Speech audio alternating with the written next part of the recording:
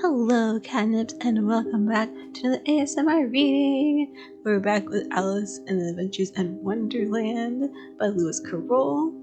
So let's get straight in to Chapter 3, A Caucus Race in a Long Tail. They were indeed a queer-looking party that assembled on the bank. The birds with draggled feathers, the animals with their fur clinging close to them, and all dripping wet, cross, and uncomfortable.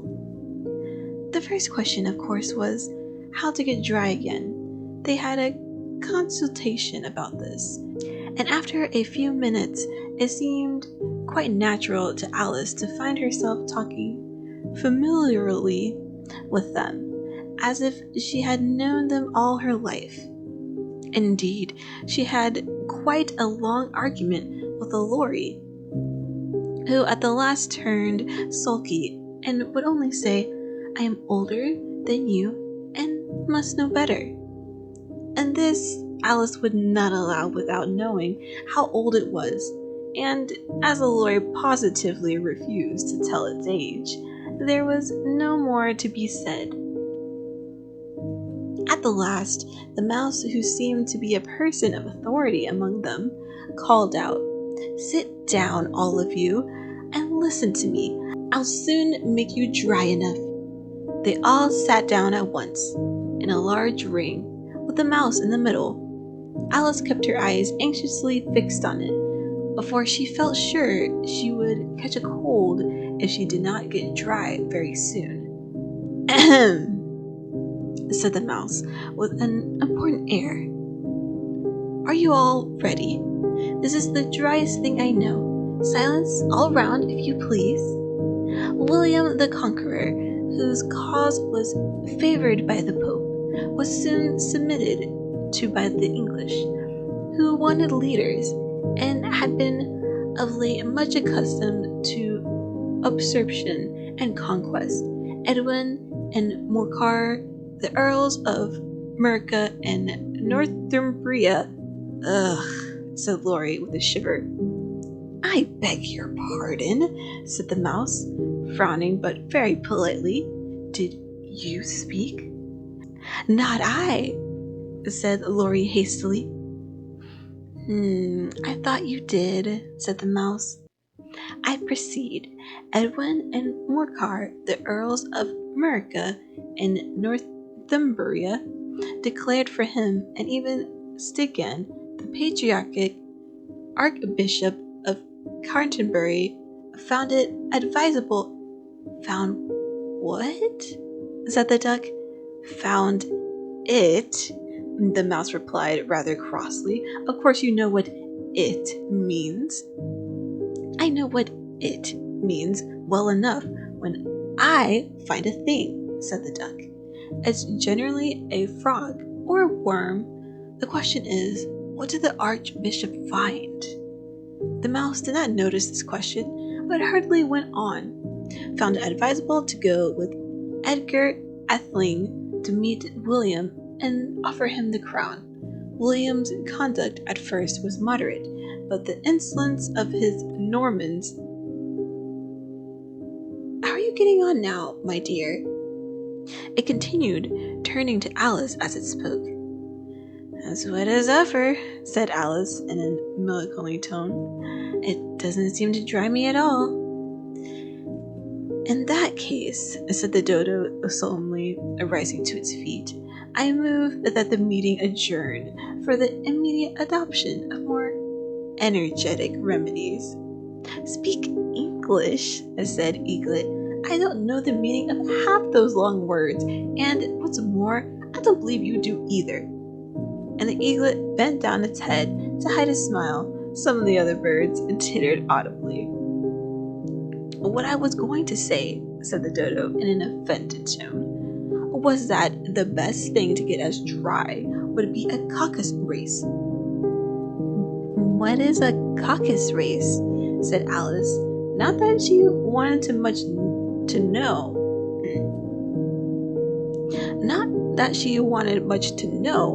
but the dodo had paused, as if it thought that somebody ought to speak, and nobody else seemed inclined to say anything. "Why," said the dodo, "the best way to explain it is to do it. And as you might like to try the thing yourself some winter day, I will tell you how the dodo managed it. First, it marked out a race course in a sort of a circle. The exact shape doesn't matter, it said. And then all the party were placed along the course, here and there. There was no one, 1, 2, 3, and away. But they began running when they liked and left off when they liked, so that it was not easy to know when the race was over. However, when they had been running half an hour or so, and were quite dry again, the dodo suddenly called out, 'The race is over!' And they all crowded round it, panting and asking, 'But who has won?'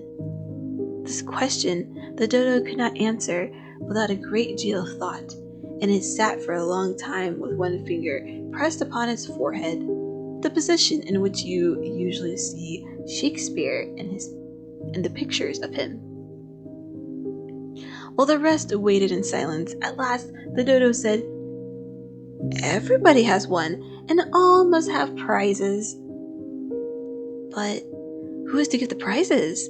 quite a chorus of voices asked. 'Why, she, of course,' said the dodo, pointing to Alice with one finger, and the whole party at once crowded round her, calling out in a puzzled way, 'Prizes! Prizes!' Alice had no idea what to do, and in despair, she put her hands in her pocket and pulled out a box of comfits. Luckily, the salt water had not gotten to it, and handed them round as prizes. There was exactly one apiece, all round. 'But she must have a prize herself, you know,' said the mouse. 'Of course,' the dodo replied very gravely. 'What else have you got in your pocket?' he went on, turning to Alice. 'Oh, only a thimble,' said Alice sadly. 'Hand it over here,' said the dodo. And they all crowded round her once more, while the dodo solemnly presented the thimble, saying, 'We beg your acceptance of this elegant thimble.' And when it had finished this short speech, they all cheered. Alice thought the whole thing was very absurd, but they all looked so grave that she did not dare to laugh, and she could not think of anything to say. She simply bowed and took the thimble, looking as solemn as she could. The next thing was to eat the comfits. This caused some noise and confusion, as the large birds complained that they could not taste theirs, and the small ones choked and had to be patted on the back. However, it was over at least, and they sat down again in a ring, and begged the mouse to tell them something more. 'You promised to tell me your history, you know,' said Alice. 'And why is it you hate C and D?' she added in a whisper, half afraid that it would be offended again. 'Mine is a long and sad tale,' said the mouse, turning to Alice and sighing. 'It is a long tale, certainly,' said Alice, looking down with wonder at the mouse's tail. 'But why do you call it sad?' And she kept on puzzling about it, while the mouse was speaking, so that her idea of the tale was something like this. Fairy said to a mouse that he met in the house, 'Let us both go to the law. Let us both go to law. I will prosecute you. Come, I'll take no denial. We must have a trial. For really, this morning I've nothing to do,' said the mouse. 'To the cure, such a trial, dear sir, with no jury or judge, would be wasting our breath. I'll be the judge, I'll be the jury,' said the cunning old Fury. 'I'll try the whole case and condemn you to death.' 'You are not attending,' said the mouse to Alice severely. 'What are you thinking of?' 'I beg your pardon,' said Alice very humbly. 'You had got to the fifth bend, I ink? I had not, cried the mouse sharply and very angrily. I'm not, said Alice, always ready to make herself useful and looking anxiously about her. Oh, do let me help to undo it. I shall do nothing of the sort, said the mouse, getting up and walking away. You insult me by talking such nonsense. I didn't mean it, pleaded poor Alice, but you're so easily offended, you know. The mouse only growled in reply. Please, come back and finish your story. Alice called after it, and the others all joined in chorus. Yes, please do, but the mouse only shook its head impatiently and walked a little quicker. Oh, what a pity it wouldn't stay, sighed Laurie, as soon as it was quite out of sight, and an old crab took the opportunity of saying to her daughter, Ah, my dear, let this be a lesson to you, never to lose your temper. Hold your tongue, Ma, said the young crab a little snappishly. You're enough to try the patience of an oyster. I wish I had our Dina here. I know I do, said Alice aloud, addressing nobody in particular. She soon fetched it back. And who is Dina, if I might venture to ask the question, said Laurie. Alice replied eagerly, for she was always ready to talk about her pet. Dinah's our cat, and she's such a capital one for catching mice you can't think. And oh, I wish you could see her after the birds. Why, she'll eat a little bird as soon as she looked at it. This speech caused a remarkable sensation among the party. Some of the birds hurried off at once. One old magpie began wrapping itself up very carefully, remarking, I really must be getting home. The night's air doesn't suit my throat. And a canary called out in a trembling voice to his children, Come away, my dears. It's high time you were all in bed. On various pretexts, they all moved away, and Alice was soon left alone. I wish I hadn't mentioned Dinah, she said to herself in a melancholy tone. Nobody seems to like her down here, and I'm sure she's the best cat in the world. Oh, my dear Dinah. I wonder if I shall ever see you anymore. And here, poor Alice began to cry again, for she felt very lonely and low-spirited. In a little while, however, she again heard a little pattering of footsteps in the distance, and she looked up eagerly, half hoping that the mouse had changed his mind and was coming back to finish his story. Chapter 4. The Rabbit Sends in a Little Bill. It was the White Rabbit, trotting slowly back again, and looking anxiously about as it went, as if it had lost something, and she heard it mutter to itself, The Duchess, oh my dear paws, oh my fur and whiskers, she'll get me executed as sure as ferrets are ferrets. Where can I have dropped them, I wonder? Alice guessed in a moment that it was looking for the fan and the pair of white kid gloves. She had good-naturedly begun hunting about for them, but they were nowhere to be seen. Everything seemed to have changed since her swim in the pool, and the great hall with the glass table and the little door had vanished completely. Very soon, the rabbit noticed Alice as she went hunting about and called out to her in an angry tone, Why, Mary Ann, what are you doing out here? Run home this moment and fetch me a pair of gloves and fan, quick, now! And Alice was so frightened that she ran off at once in the direction appointed without trying to explain the mistake it had made. He took me for his housemaid, she said to herself as she ran. How surprised he'll be when he finds out who I am. But better take him his fan and gloves, that is, if I can find them. As she said this, she came upon a neat little house, on the door of which was a bright brass plate with the name W. Rabbit engraved upon it. She went in and, without knocking, and hurried upstairs, in great fear lest she should meet the real Mary Ann and be turned out of the house before she had found the fan and gloves. How queer it seems, Alice said to herself, to be going messages for a rabbit. I suppose Dina will be sending me on messages next. And she began fancying the sort of thing that would happen. Miss Alice, come here directly and get ready for your walk. Come in a minute, nurse, but I've got to see that Mouse doesn't get out. Only I don't think, Alice went on, that they let Dina stop in the house if it began ordering people about like that.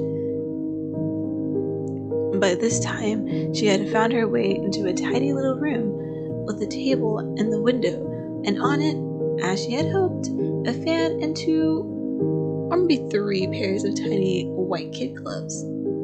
As she took up the fan and a pair of gloves, she was just going to leave the room when her eyes fell upon a little bottle that stood near the looking glass. There was no label this time with the words "Drink Me," but nevertheless she uncorked it and put it to her lips. I know something interesting is sure to happen, she said to herself, whenever I eat or drink anything, so I'll just see what this bottle does. I do hope it'll make me grow large again, for really I'm quite tired of being such a tiny little thing. It did so indeed, and much sooner than she expected. Before she had drunk half the bottle, she found her head pressing against the ceiling and had to stop to save her neck from being broken. She hastily put down the bottle, saying to herself, "That's quite enough. I hope I shan't grow any more. As it is, I can't get out the door. I do wish I hadn't drunk quite so much." Alas, it was too late to wish that. She went on growing, and very soon had to kneel down on the floor. In another minute, there was not even room for this, and she tried the effect of laying down with one elbow against the door and the other arm curled round her head. Still, she went on growing, and as a last resource, she put one arm out the window and one foot up the chimney and said to herself, "Now, I can do no more. Whatever happens, what will become of me?" Luckily for Alice, the little magic bottle had now had its full effect and she grew no larger. Still, it was very uncomfortable, and there seemed to be no sort of a chance of her ever getting out of the room again. No wonder she felt unhappy. It was much pleasanter at home, thought poor Alice, when one wasn't always growing larger and smaller and being ordered about by mice and rabbits. I almost wish I hadn't gone down the rabbit hole, and yet, it's rather curious, this sort of life. I do wonder what can have happened to me. When I used to read fairy tales, I fancied that kind of thing never happened, and now here I am in the middle of one. There has to be a book written about me. That there ought. And when I grow up, I'll write one. But I'm grown up now, she said in a sorrowful tone. At least there's no room to grow up anymore here. But then, thought Alice, shall I never get any older than I am now? That'll be a comfort one way, never to be an old woman, but then always to have lessons to learn. Oh, I shouldn't like that. Oh, you foolish Alice, she answered herself. How can you learn lessons in here? Why, there's hardly room for you. No room at all for any lesson books. And so she went on, taking first one side and then the other, and making quite a conversation of it all together. But after a few minutes, she heard a voice outside and stopped to listen. Mary Ann, said the voice, fetch me my gloves this moment. And then came a little pattering of feet on the stairs. Alice knew it was the rabbit coming to look for her, and she trembled till she shook the house, quite forgetting that she was now about 1,000 times as large as the rabbit, and had no reason to be afraid of it. Presently, the rabbit came up the door and tried to open it, but as the door opened inwards, and Alice's elbows was pressed hard against it, that attempt proved a failure. Alice heard it say to itself, "Then I'll go around and get in at the window." "That you won't," thought Alice. After waiting till she fancied she heard the rabbit just under the window, she suddenly spread out her hand and made it snatch in the air. She did not get hold of anything, but she heard a little shriek and a fall, and a crash of broken glass, from which she concluded that it was just possible it had fallen into a cucumber frame, or something of the sort. The next came an angry voice, the rabbit's. "Pat, Pat, where are you?" And then a voice she had never heard before. "Sure, then I'm here, digging for apples, Your Honor." "Digging for apples, indeed," said the rabbit angrily. "Here, come and help me out of this." Sounds of more broken glass. "Now, tell me, Pat, what's that in the window?" "Sure, it's an arm, Your Honor." He pronounced it arum. "An arm? You goose! Whoever saw one that size? Why, it fills the whole window." "Sure it does, Your Honor, but it's an arm for all that." "Well, it's got no business here. At any rate, go and take it away." There was a long silence after this, and Alice could only hear whispers now and then, such as, "Sure, I don't like it, Your Honor, at all, at all. Do as I tell you, you coward." And at last she spread out her hand again and made another snatch in the air. This time there were 2 little shrieks and more sounds of broken glass. "What a number of cucumber frames there must be," thought Alice. "I wonder what they'll do next. As for pulling me out of the window, I only wish they could. I'm sure I don't want to stay here any longer." She waited for some time without hearing anything more. At last came a rumbling of little cartwheels and the sound of good many voices all talking together. She made out the words, "Where's the other ladder? Why, I hadn't to bring one, but Bill's got the other. And Bill, fetch it here, lad. Here, put 'em at this corner. No, tie 'em together first. They don't reach half high enough yet. Oh, they don't reach half high enough yet. Oh, they'll do well enough. Don't be particular. Here, Bill, catch hold of this rope. Will the roof bear? Mind that loose thing. Oh, it's coming down. Heads down. Oh, it's coming down. Heads below." A loud crash. Now, who did that? It was Bill, I fancy. Who's to go down the chimney? "Nay, I shan't. You do it." "That I won't." "Then, Bill's to go down. Here, Bill." "The master says you're to go down the chimney." "Oh, so Bill's got to come down the chimney, has he?" said Alice to herself. "Shy. They seem to put everything upon Bill. I wouldn't be in Bill's place for a good deal. This fireplace is narrow, to be sure, but I think I can kick a little." She drew her foot as far down the chimney as she could, and waited till she heard a little animal, she couldn't guess what sort it was, scratching and scrambling about in the chimney close above her. Then, saying to herself, "This is Bill," she gave one sharp kick and waited to see what would happen next. The first thing she heard was a general chorus of, "There goes Bill." Then the rabbit's voice along, "Catch him! You by the hedge!" Then silence, and then another confusion of voices. "Hold up his head! Brandy now, don't choke him! How was it, old fellow? What happened to you? Tell us all about it!" Last came a little, feeble, squeaky voice. "That's Bill," thought Alice. "Well, I hardly know. No more, thank ye. I am better now. But I'm a deal too flustered to tell you. All I know is that something comes at me like a jack-in-the-box, and up I go like a skyrocket." "So you did, old fellow," said the others.